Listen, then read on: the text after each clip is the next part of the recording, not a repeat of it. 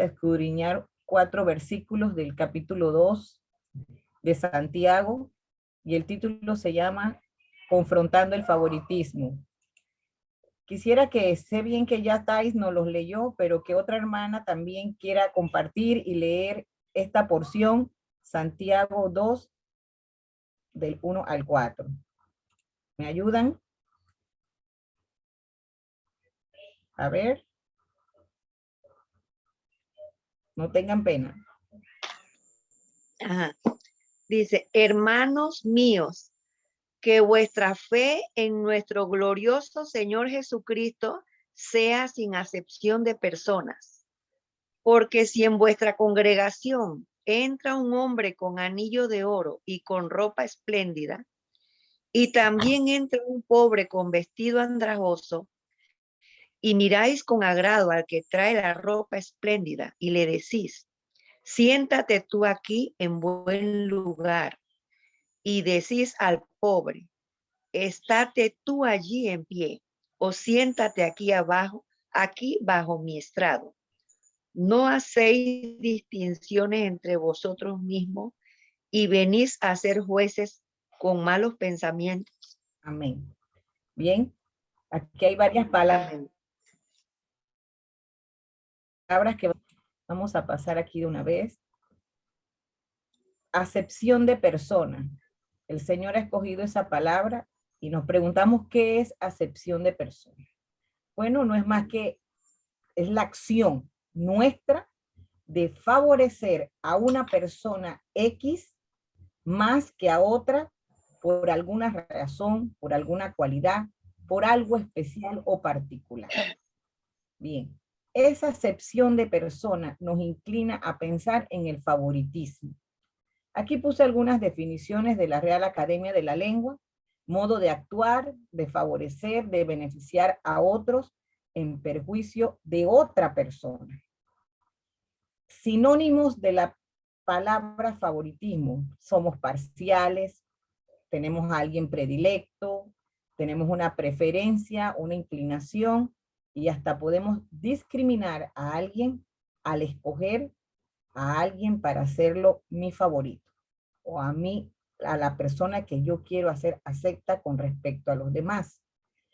Esta situación, hermanas, de hacer favoritismo, inclinarnos por la parcialidad dentro de la iglesia, porque no podemos dejar visto que el Señor aquí en este párrafo, Santiago nos está hablando dentro de la iglesia. Miren que él dice, vamos a retroceder un poquito, porque si en tu congregación, si en nuestra congregación entra un hombre, y entonces allí describen a un hombre muy bien vestido, con oro, con una ropa muy bonita, tal vez hasta oloroso, yo estoy agregando el olor, no debo agregar nada, pero también un pobre, y dice aquí que la persona mal vestida, porque estaba andrajoso, y dice que nosotros miramos con agrado al que trae la ropa espléndida, y con desagrado al que no la trae. Entonces, nosotros podemos ver algunas situaciones por qué razón nosotros podemos caer en hacer una acepción de personas.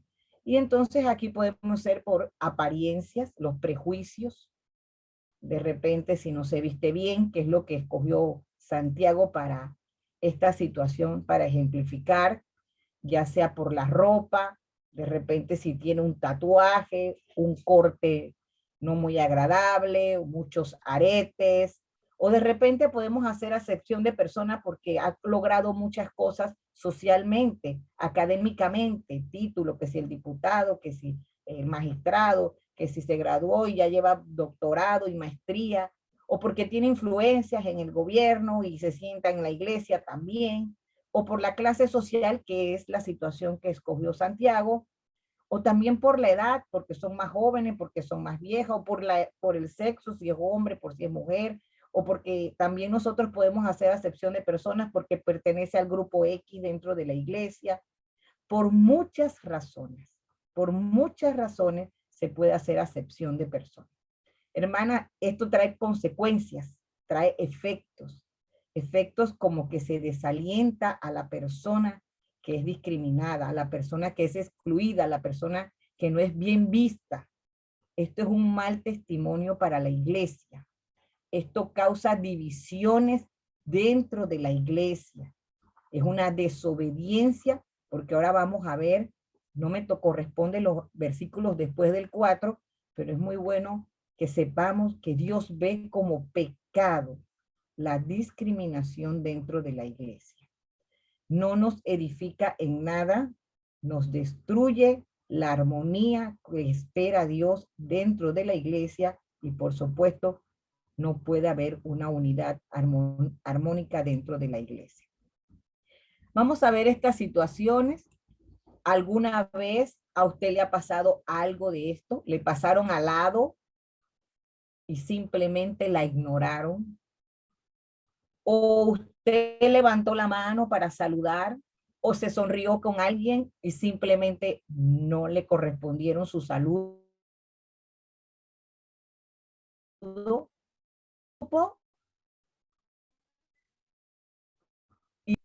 ¿O usted estaba dentro de un comité o un grupo y simplemente la sacaron? No la invitaron más a participar. ¿Cómo usted se sintió o cómo usted se sentiría si le pasara una de estas situaciones? Y pueden haber más porque ya vimos las causas por las cuales las personas o nosotros mismos podemos caer en discriminación. Ahora, esta es una situación que te puede ocurrir a ti, pero también usted y yo se la podemos hacer a otros.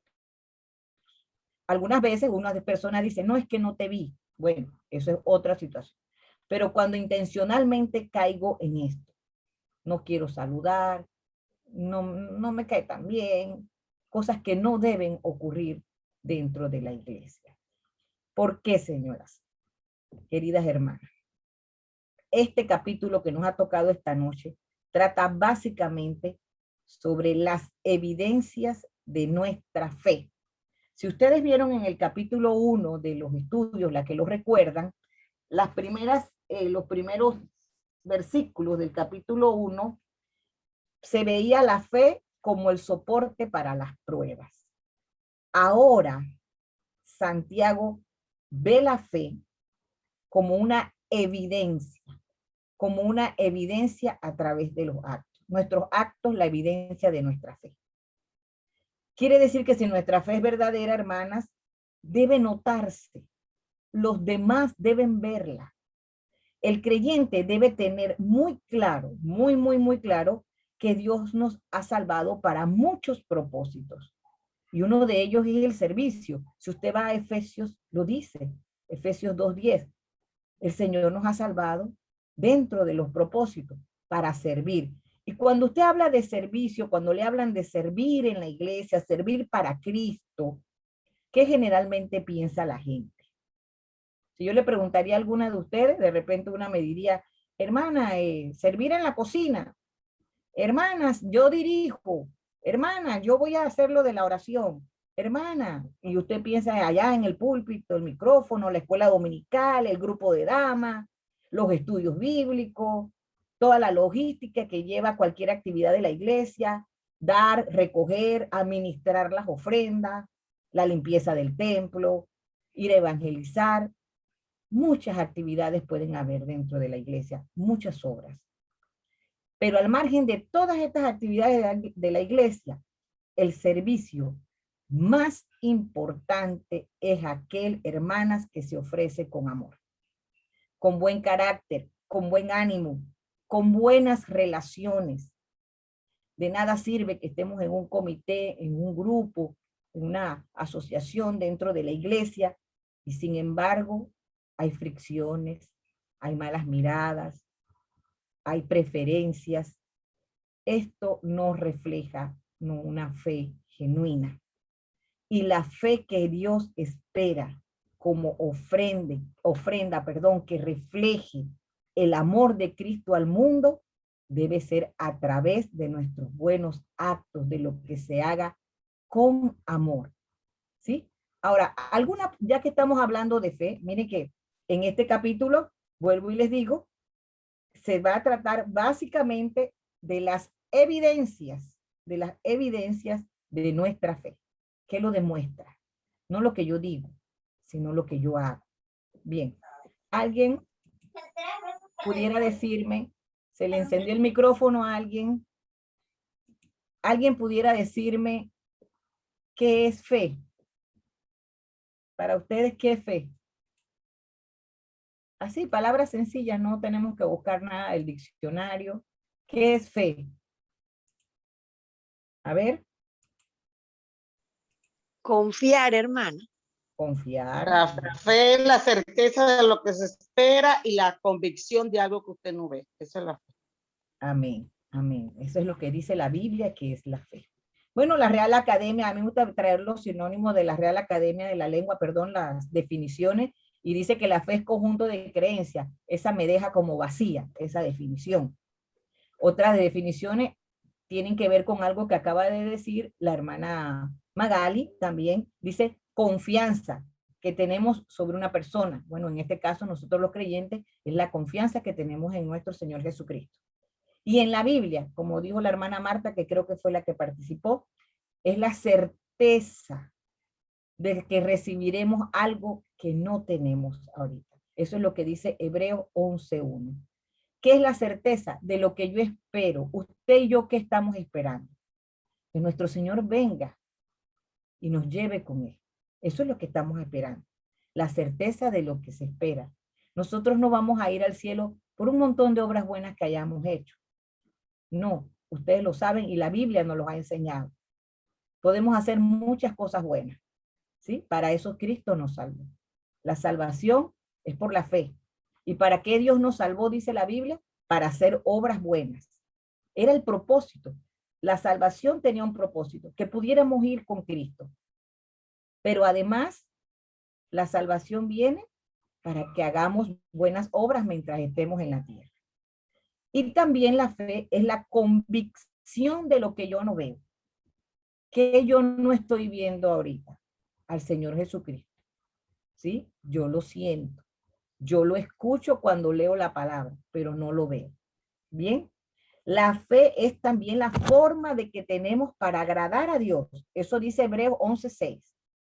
Porque quien quiera acercarse a Dios, y esto es muy importante este verso, tiene que estar convencido que Dios existe, que Él es el principio y el fin, que su palabra es perfecta y que Él es nuestro Salvador, hermano. Eso ustedes lo deben tener claro igual que lo debo tener claro yo. La única forma de agradar a Dios es que yo crea que Él existe. No son dichos de boca. Mi abuela Georgina siempre tenía un dicho que decía, hechos son amores y no buenas razones. ¿Sí? Todo lo que digamos con la boca lo podemos destruir con nuestros actos. Entonces hay que evidenciar con acción la fe que nosotros profesamos. También la fe es la medida de nuestro actuar. Leamos Romanos 12:3. ¿Alguien que me ayude?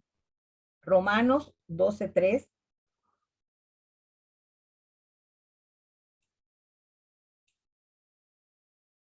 A ver, Thais, ¿estás ahí cerquita? O alguna que ya lo tenga. Romanos 12:3.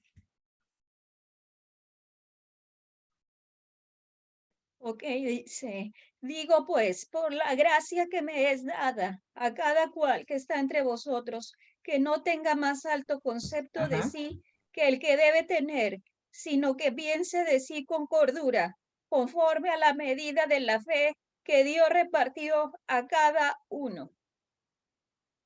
Gracias, hermana. La fe nos fue proporcionada como un regalo de nuestro Señor Jesucristo. O sea que esa fe viene de Él. Ni siquiera es que usted y yo, bueno, la seleccionamos. No, fue un regalo que Él nos dio. Y no tiene nada que ver con las buenas obras, nuevamente repito, que alguna vez hayamos cometido y que vamos a seguir haciendo ahora como evidencia de la fe. Dios nos dio la fe. El Señor no quiere que nosotras, de nosotras mismas, tengamos una autoestima superior a los demás. Él quiere que nos veamos con cordura, acaba de leer la hermana Elizabeth. Él quiere que nos veamos con humildad. ¿Y cuál es la razón de que Dios quiere que nos veamos con cordura? Dios quiere que nos veamos con cordura porque Él no quiere que nadie se jacte. Eso es lo que dice en Efesios 2, 8 al 9. Al saber que yo no tengo que jactarme de nada, hermanas, no sea de títulos, no sea de posesiones, que si tengo un carro, que si tengo dos, no sea de hijos, si tengo bastante, si tengo poquito, es que mis hijos, wow, voy a estudiar algo que pueda ostentar en mi vida profesional, ni si mi familia todos cumplen con la medida de ir a asistir a la iglesia y demás, que tengamos mucho cuidado siempre con la soberbia espiritual. Ni siquiera debo jactarme de ser creyente, hermana. Por ahí hay un verso que dice que nosotros por poco y no nos salvamos. ¿Sí? Eso es lo que dice el verso.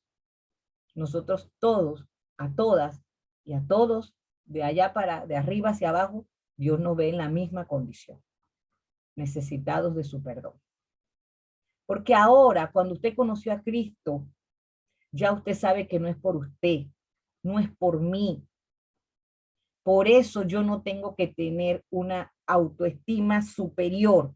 Más bien yo debo ser moderada en cuanto al pensar de mí, en el cuanto a verme, mi forma de verme, o sea, reconocer. Eso es humildad. Humildad no es que, ay, me he visto modosito, y humildad tampoco es que yo no hablo mucho, tampoco humildad es que, bueno, yo no tengo plata. No. La humildad que el Señor dice aquí es reconocer que soy humana y reconocer que soy pecadora y reconocer que yo necesito el amor de Dios, reconocer que yo necesito el perdón de nuestro Señor, reconocer que tengo un tiempo en el calendario, eso me hace finita, no infinita aquí en la tierra. Que nada de lo que yo pueda hacer, hermanas, pagaría, ni usted tampoco, el gran sacrificio que hizo Cristo por nosotros en la cruz. La humildad que Dios quiere ver, la humildad que a Dios le agrada, no tiene que ver necesariamente con riquezas, sino con la actitud del corazón, con la actitud nuestra de cada día. Me encanta siempre cuando el hermano Eddie dice, un día a la vez. Entonces la fe necesita acción. Nuestra fe debe tener obras. El favoritismo, yo lo seleccioné en 3 apartados. El primero es que el favoritismo, la parcialidad dentro de la iglesia es incompatible con la verdadera fe, como ya hemos venido viendo. Alguien que lea Gálatas 3:28. Gálatas 3:28. Ya no hay judío ni griego, no hay esclavos ni libres, no hay varón ni mujer, porque todos vosotros sois uno en Cristo Jesús. Amén. Thais, quédate ahí. ¿Qué significa eso? ¿Qué entiendes tú por eso? Que ya no hay ¿qué? Distinción. No, todos somos iguales delante del Señor. Todos somos iguales. Ya el Señor no ve que si usted es de África y que si usted es de Georgia y yo soy de Agua Dulce y el otro es de La Mesa y la hermana Eli es mexicana igual que la hermana Eli. No, ya el Señor no hay distinción, dijo el Señor. Entonces, si el Señor no tiene un favoritismo por alguien, incluso la nación santa es Israel, pero Dios nos ve igual que a ellos. Dios nos ve igual que a ellos. Santiago comienza el pasaje este que acabamos de leer del capítulo 2 con la frase, hermanos míos, dando a entender que en la iglesia todos sin excepción, somos parte de una misma familia. Somos parte de una misma familia.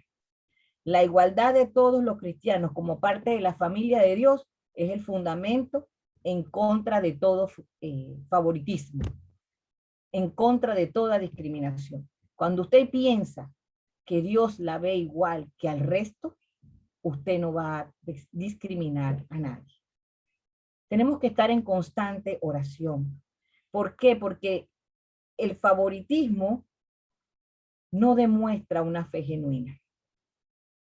Y la fe debería mejorar nuestras relaciones con los demás. La iglesia es una sociedad que Dios diseñó para incluir a todos, no para excluir a nadie.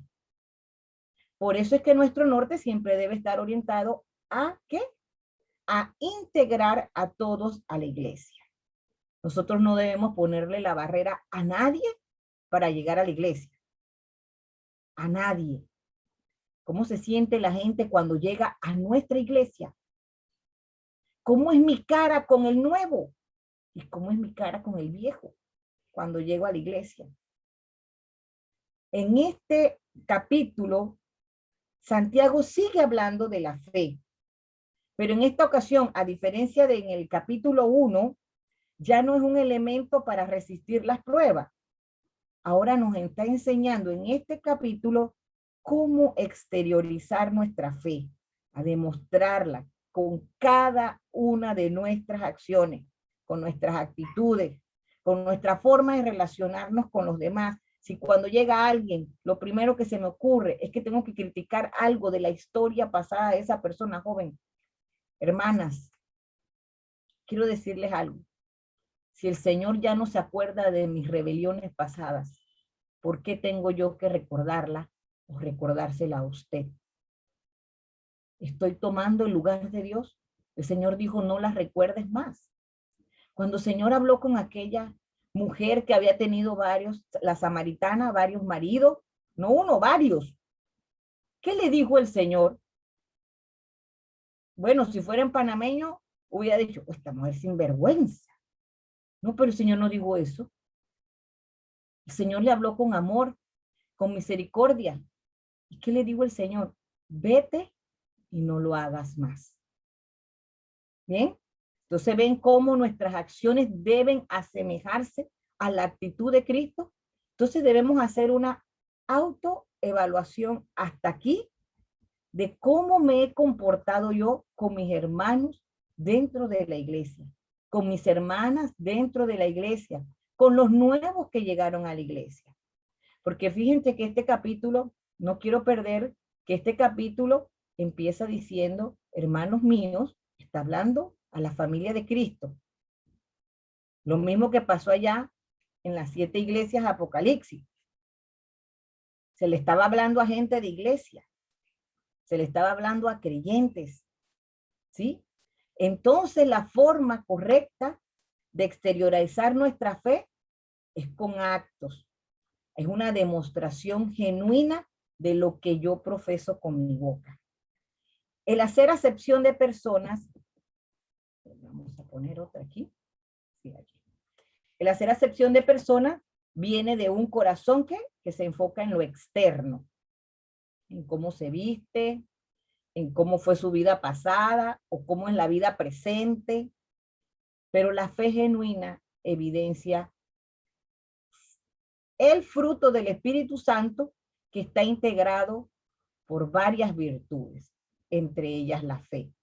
Ya nosotras, para la gloria y honra de Dios, este año de estudios muy buenos, mientras unos se quejaban de la epidemia, también nosotros seguíamos alabando y conociendo más al Señor a través de estos estudios.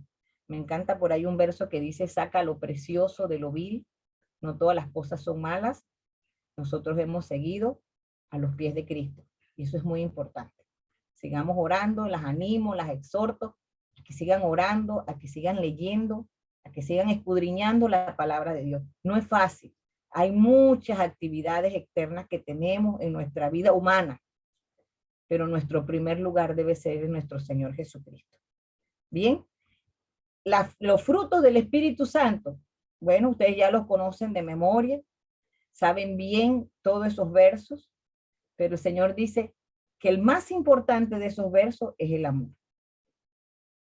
Que sin amor, nada de lo que hagamos tiene validez. Entonces la fe genuina no hace acepción de personas. La fe genuina va a mejorar y va a darnos algunas. La fe genuina va a mejorar nuestras relaciones con las demás personas. Eso es lo que hemos venido hablando. No puede desmejorarla porque si no hay una incongruencia, hay una incompatibilidad con lo que usted dice que es, con lo que usted es. Bien, entonces nuestra fe en realidad debe mejorar nuestras relaciones. Si yo estoy en un conflicto todo el tiempo con alguien, revise su fe, hermana. debo revisar mi fe. Tengo que tener la paz de Dios y la paz con Dios. Y la paz con Dios implica que yo tenga paz con los demás. ¿Ok? La fe genuina nos va a librar de malos pensamientos. Usted dirá, oiga, eso como que me libra de malos pensamientos. Bueno, los malos pensamientos es lo que yo llevo dentro de mí. Y si yo siempre trato de inclinarme por X o Y persona, estoy hablando que dentro de mí hay un corazón terrenal, hay un corazón material. Vamos a leer Primera de Timoteo 1:5. A ver, Primera de Timoteo 1:5. Ahí hay más versos para que los vayan abriendo.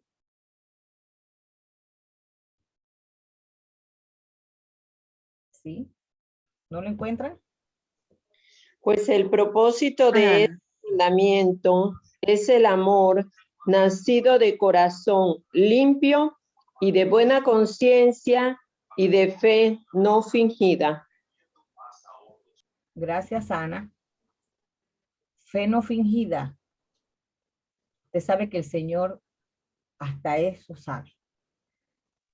En su eternidad, en su poder, en su omnisciencia, en su todo conocimiento, Él sabe, hay un micrófono abierto, hermana. Él sabe que va a haber gente con fe fingida, con fe de dichos. Por eso es que dice que de su boca lo dice, pero su corazón no lo conoce. Entonces, el ejemplo que Santiago coloca en este capítulo del 1 al 4, en estos versos del 1 al 4, es un ejemplo de carácter social, donde el pecado consistía en menospreciar a un pobre por su mal vestir, su carencia económica, por aquel que llevaba atuendos ostentosos, oro y dinero, el bien vestido. ¿Sí? Es el pecado que él coloca aquí, la preferencia por un carácter social. Pero la fe genuina, hermanas, se enfoca más allá de lo externo. Más allá de lo externo. Los prejuicios nos impiden mirar a las personas como Dios las mira. ¿Ok? También la fe genuina nos va a librar de consecuencias graves, terribles, una serie de repercusiones que vamos a vivir por nuestras propias decisiones, por vivir en la superficialidad, por vivir en la apariencia. Se rompen las buenas relaciones, el nombre del Señor es blasfemado, ¿sí? Cuando nosotros fingimos, se deja el amor de Dios a un lado por tratar de poner nuestras propias necesidades y nuestros deseos en primer lugar, satisfacer lo nuestro. ¿Sí? También cuando la fe es genuina, también nos va a librar de transgredir la ley de Dios. Usted no va a hacer algo que usted sabe que a Dios le desagrada. Y hoy estamos viendo el desagrado de Dios por mostrar preferencia, parcialidad, discriminación hacia una persona por la condición que sea. Bien. También, este sería el segundo apartado, el favoritismo es incompatible con el carácter de Dios. Y aquí me gusta mucho el carácter de Dios, porque el Señor en su infinita misericordia deja salir el sol, eso es lo que dice la Biblia, tanto para justos como para injustos. Miren que aquí el Señor es bueno, hasta con aquellos que no le quieren. Cuando el Señor fue crucificado, allá arriba en la cruz, a pesar de que ya estaba tan dolido y molido su cuerpo, en vez de decir palabras ofensivas, en vez de desear cosas malas para aquellos que le maltrataban, dijo, Padre, perdónalos, que no saben lo que hacen. En 1 Corintios 1, al 27 al 29 dice, pero Dios escogió lo insensato del mundo para avergonzar a los sabios, y escogió al débil del mundo para avergonzar a los poderosos. También escogió Dios lo más bajo y despreciado y lo que no es nada, para anular al que es, a fin de que en su presencia, nadie pueda jactarse. En definitiva, el favoritismo y la discriminación, hermanas, son incompatibles con el carácter de Dios. Cuando nosotros, aquí le voy a presentar esta diapositiva, creo que Sobeida y Paola están aquí, que son parte de nuestro grupo de jóvenes. Esto fue una enseñanza que tuvimos por varios sábados en el grupo de jóvenes sobre las 7 iglesias de Apocalipsis. Y yo sentí tanta satisfacción porque nosotros hicimos un ejercicio de ver el carácter de Dios a través de los 7 mensajes a las 7 iglesias. Y quiero decirle, hermana, esta es una sola hoja de las 2 que sacamos, que sacaron ellos, los jóvenes, en sus exposiciones y también con ese estudio de Apocalipsis. Y fíjense que en ese estudio de Apocalipsis, ellos sacaron, aquí esta hoja, de las virtudes, de la naturaleza, de los atributos, las características de Dios. Y podemos ver que Dios es poderoso, ahí ustedes lo están leyendo, omnipresente, paciente, perdonador, omnisciente, justo, imparcial, amoroso, misericordioso, celoso, sabio, eterno, y hay un montón más. Hay un montón más que de repente no salen 2 hojas, sino podría salir un libro tal vez, de tantos atributos que tiene nuestro Señor. También nosotros pensamos en la inmutabilidad de Cristo, que Él no cambia. También en que Él es, bueno, ahí lo vimos, que es eterno, soberano, justo. Bueno, pero cuando nosotros pensamos en los atributos de Dios, del que poco se habla, del que poco se dice, que es que uno de los que está aquí, es sobre su imparcialidad. Este es un tema serio y constante, hermana, a lo largo de toda la Biblia, a lo largo de todas las escrituras. Dios ha sido absolutamente imparcial en el trato con el pueblo. Y cuando Thais leyó, ya el Señor dejó esas etiquetas que dicen la ciudadanía, porque ahora formamos parte de los hijos de Dios, de la familia de Dios. El mensaje de Santiago es bastante claro. Estos pocos versos, estos 4 versos, es la primera parte de confrontando el favoritismo. Nos lleva a demostrar cómo Dios quiere que nosotros actuemos para con los demás. No debemos pasarlo por alto. No debemos actuar conforme a nuestra vanidad. El comportamiento de favoritismo es contradictorio a ese carácter de Dios, a ese norte que usted y yo estamos esperando llegar. Por eso es que dentro de nuestras oraciones nosotros debemos pedirle a Dios que Él nos permita ver a las demás personas como Él nos ve a nosotros. Hermana, si usted se sienta un día a esta hora y usted hace una proyección de todo lo que usted ha hecho en el día, de su comportamiento, de sus palabras, de sus pensamientos, tal vez que olvidó leer la Biblia hoy, o tal vez olvidó orar, o tal vez hizo un mal gesto con alguien, o tal vez se enemistó con alguien. Hermana, la lista pudiera ser grande de lo que hemos hecho en desagrado de Dios. Pero Dios sigue ahí fiel, esperando nuestro arrepentimiento, esperando que nosotros seamos igual de misericordiosos como lo es Él con nosotros. Nuestra salvación es una salvación que fue obtenida por un Dios imparcial, que no trató con parcialidad, que nos trató, perdón, con parcialidad cuando aún éramos pecadoras. Y lo seguimos siendo. Lo seguimos siendo. Sino que Él extendió su amor y su misericordia y murió por usted y por mí, hermanas. Bien. En definitiva, antes de pasar esta página de el carácter de Dios, en ese estudio de las 7 iglesias, vi iglesias creyentes. A todas las iglesias el Señor le dijo, conozco tus obras. Y eso también nos queda para nosotros, para nosotras. El Señor todos los días puede decirnos con seguridad, conozco tus obras. Y si le pongo nombre, como le decía yo a los jóvenes en aquel entonces, Patricia, yo conozco tus obras, yo sé lo que haces todos los días, sé lo que hiciste hoy, sé lo que haces mañana, sé lo que hiciste ayer. Pero hubo iglesias, hermana, que el Señor no le encontró fallas. Sí le encontró dificultades, pobreza, tristeza, persecución, pero el Señor les decía, por lo menos a la iglesia de Esmirna y de Filadelfia, el Señor les dijo, has retenido la palabra, has guardado la fe. Sin embargo, lamentablemente, a otras iglesias hermanas, les dijo, ustedes son tibios, como fue a la iglesia de la Odisea.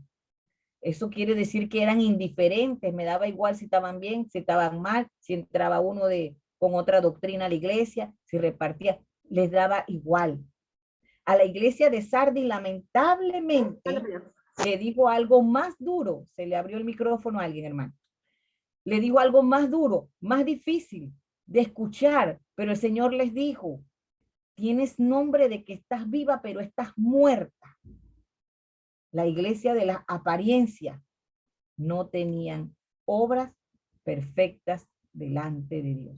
Y aquí tenemos que hacer una pausa y meditar si nuestras obras son de apariencia o son agradables y perfectas delante de Dios.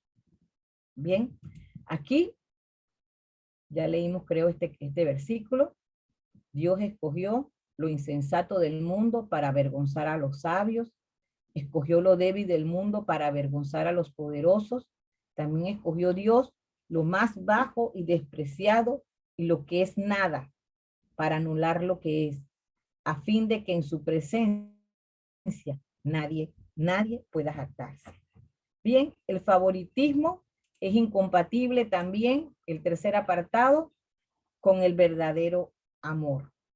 La Biblia está llena del deseo de nuestro Señor, porque nosotros nos amemos unos a los otros como Él nos amó. Él nos amó primero. Jesús resumió toda la ley, hermana, y ustedes lo saben. Toda la ley la resumió en una sola palabra, en el amor. Y cuando nosotras mostramos imparcialidad o discriminación o favoritismo, como usted le quiera llamar, en la iglesia a alguien, faltamos a ese gran mandamiento. A ese gran mandamiento, llámense los unos a los otros. Podemos preocuparnos por muchas actividades de la iglesia, podemos estar afanadas con todo lo que tenga que ver con las actividades y diligencias de la iglesia. Pero si falta amor, estamos fallando en lo más importante. Y nuestras obras no serán perfectas ni agradables delante de Dios. Santiago también nos dice que la falta de amor es faltar a la ley, es faltar a la ley de Dios, y lo resume el Señor, dice que es pecado.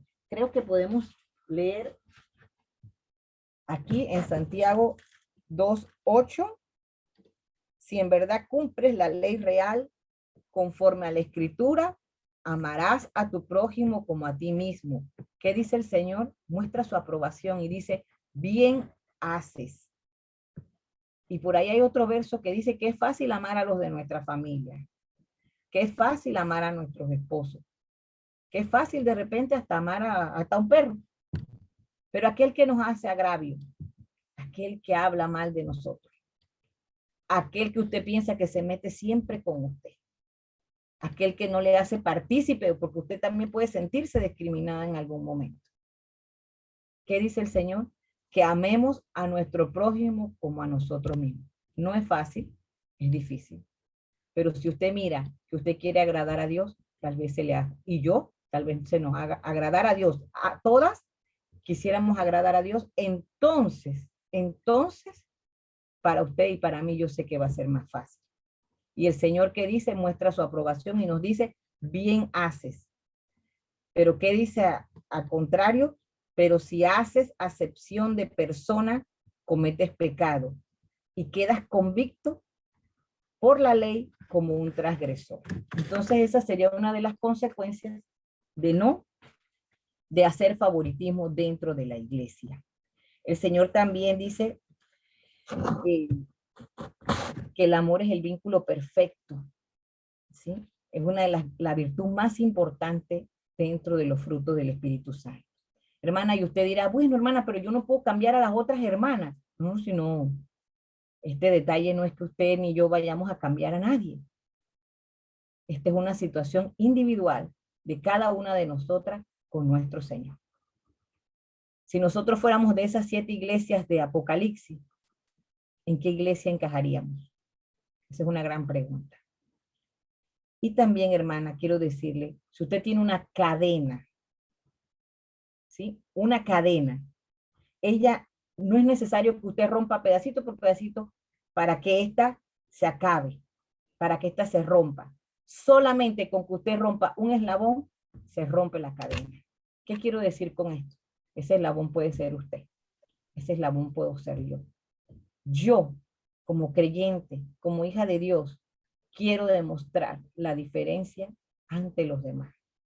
Porque a veces nuestra mejor forma de hablar de Cristo no es con palabras, es con nuestros actos, hermanos.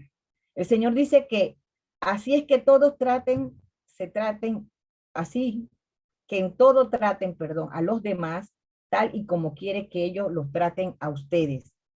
Esto es la ley y los profetas. Esto es lo que dice Mateo 7:12. Y Mateo 5:7 dice, dichosos los compasivos, porque serán tratados con compasión. Hermana, hablando de la compasión y el trato, cómo nos tratamos en armonía. Número 1, la acepto.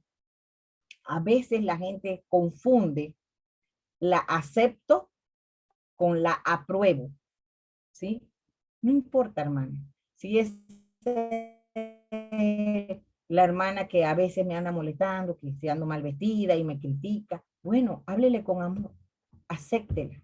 Usted no está aprobando su conducta, usted está aceptando que ella es pecadora igual que usted. Ámela, ámela. ¿Cómo usted va a demostrar que usted la ama, hermana? Ore por ella, dígaselo. Estoy orando por ti. Llámela y dígale, no sabes cuánto te quiero. Espero que el Señor te esté guardando. Espero que el Señor esté cubriendo tus necesidades. Demuestre ese amor, que la persona lo sienta. Haga algo por esa persona si necesita de usted, sin que ella se lo pida. Muéstrese diligente. Y también usted edifique a su hermana. Si viene con un problema, atiéndala, escúchela, ayúdela, edifíquela con canto. Si sabe cantar, yo no podía edificar con canto. Allá la hermana Meli canta muy bonito, Sané también. No sé qué otra hermana aquí canta. Yo escuché a la hermana Florida cantando una vez y canta muy bonito. También Odi, Ana Yancy. No sé cuál otras más cantan. Edifíquela. Bueno, hable con ella, escríbale, mándele versículo, mándele un audio con un verso bíblico apropiado para su situación. Hermanas, vamos terminando ya, 7:59. Estos estudios tienen que tener una aplicación práctica a nuestra vida. La iglesia debe mostrarse diferente al mundo que hace distinción sobre clases sociales, edad, sexo, raza, condición económica, condición de vestir, lo que usted quiera, ¿sí? Nosotros como iglesia debemos mostrar la diferencia porque tenemos un mismo Padre que nos amó sin ninguna parcialidad. Él nos permitirá yo no permitiré que mi corazón se incline a juicios parciales, ni a favoritismo, ni a hacer distinción cruelmente entre los hermanos y hermanas. ¿Se acuerdan en las primeras imágenes que vimos? Si eso me lo hicieran a mí, yo me sentiría mal, yo me sentiría triste. Aunque quiero decirle algo, hermano, nosotros debemos tener madurez espiritual para acercarnos a aquellos que nosotros sentimos que nos están discriminando. Debemos amar a cada hermano, hermana, por igual, rica, pobre, con título, sin título, aburrida, no aburrido, con muchas cualidades, con pocas cualidades, con mucho talento, por poco talento, que participa mucho en las actividades, la que nunca va. Debemos a todos amarlos por igual. ¿Por qué? Porque mi deber, hermana, y el suyo, es ser semejantes a Cristo. Porque Él se entregó en misericordia para salvar ¿a qué? A pecadores como yo, a pecadores como usted, sin hacer acepción de personas. La iglesia debe marcar la diferencia con la forma de vida con respecto al mundo. Si en el mundo existe discriminación por cualquier actividad, como ya hemos dicho, por cualquier situación, nosotros no debemos continuar con esa corriente ni con esa cadena. Debemos ser un ejemplo de amor. Debemos aceptar a todas las personas independientemente de su estado, su situación o su historia. Jesucristo en su ministerio terrenal, y aquí quiero terminar, hermanas, fue a todas partes de Israel. Él ministró a creyentes, compasión, misericordia a todos, hasta personas que eran mal vistas en la sociedad, como prostitutas, leprosos, maleantes, delincuentes, a todos. Y Él no mostró favoritismo por nadie, porque Dios, como hemos visto a lo largo de este estudio, no mostró parcialidad jamás. Nosotros fuimos aceptados y adoptados en la familia de Dios. Hermanas, cuando Cristo estaba en la cruz, estaba en medio de dos delincuentes. Y Él no hizo distinción diciendo yo soy un rey y yo no le hablo a delincuentes. Fíjense cómo la primera persona que le dijo, hoy mismo estarás en el paraíso, no era precisamente de la realeza, era un delincuente. Entonces, si Cristo hizo eso a lo largo de su vida, y lo hizo por usted y por mí, porque Él no nos escogió, y usted lo sabe bien, por las muy buenas obras que teníamos. Porque el Señor dice que una sola transgresión a la ley nos hace pecadoras. Entonces, así como tenemos obras buenas, hemos tenido obras malas a lo largo del tiempo. Y el Señor no nos excluyó de su reino. Aquí estamos por su misericordia. Así que, hermanas, las exhorto a tener ese amor como el de Cristo, un amor imparcial por aquellos que necesitan a Cristo como lo necesitamos usted y yo día a día, especialmente en los hermanos en la fe. Dios las bendiga y que tengan una bendecida noche.